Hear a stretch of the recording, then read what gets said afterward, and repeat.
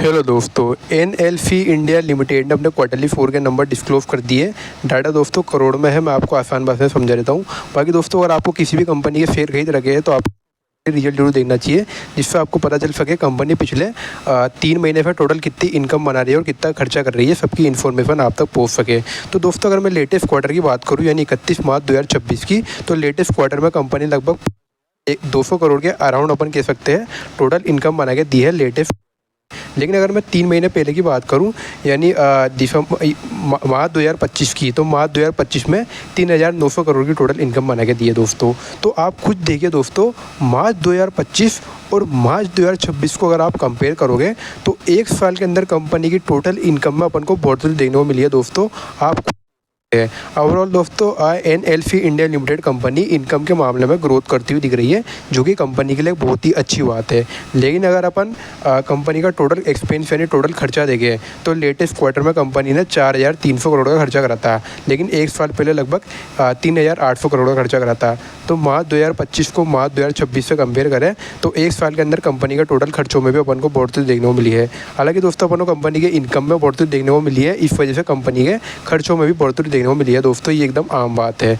और अगर मैं आपको एक चीज़ और बता दूं, दिसंबर का अगर अपन देखें क्वार्टरली रिजल्ट पिछले 3 महीने पहले, तो दिसंबर में कंपनी ने 4,800 करोड़ की इनकम बनाई थी और मार्च में लगभग 200 करोड़ के राउंड।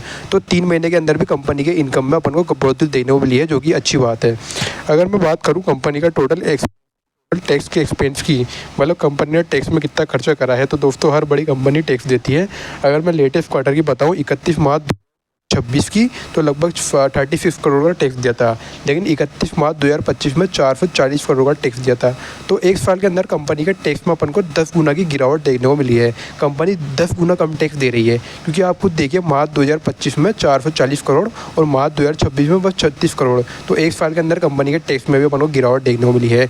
अगर दोस्तों, अगर मैं बात करूँ ओवरऑल कंपनी क्या प्रॉफिट बना रही है, अगर मैं कंपनी का प्रॉफिट अगर मैं कंपनी का प्रॉफिट देखूँ after tax before fair of the profit, अगर अपन ये देखें तो आप तो चलो इसको अपन हटा देते हैं। अगर अपन कंपनी का overall profit for the year देखें, कंपनी ओवरऑल प्रॉफिट क्या बना के दे रही है, अगर अपन वो देखें तो लेटेस्ट क्वार्टर में 1,400 करोड़ का कंपनी ने प्रॉफिट बना के दिया था 31 मार्च 2026 में। लेकिन 31 मार्च 2025 में बस 460 करोड़ का कंपनी ने टैक्स दिया था।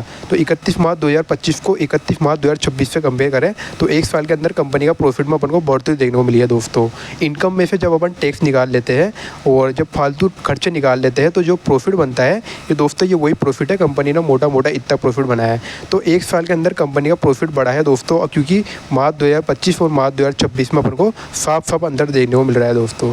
बाकी अगर मैं वीडियो के लास्ट में आपको कंपनी के ईपीएस पर भी एक बार नज़र डालते हुए दिखाऊं, ईपीएस का मतलब दोस्तों अर्निंग पर शेयर पर एक बार नज़र डालते हुए दिखाऊं, बेसिस के हिसाब से दिखाऊं, लेटेस्ट क्वार्टर में 6 रुपये है, पिछले साल 0.30 पैसे का माइनस यानी घाटे पर देखने को मिला था। तो एक साल के अंदर कंपनी का ईपीएस भी बढ़ा है दोस्तों। तो इस वीडियो में मैंने आपको एनएलसी इंडिया लिमिटेड कंपनी के बारे में बताया। कंपनी इनकम के मामले में ग्रोथ कर रही है, प्रॉफिट के मामले में भी ग्रोथ कर रही है।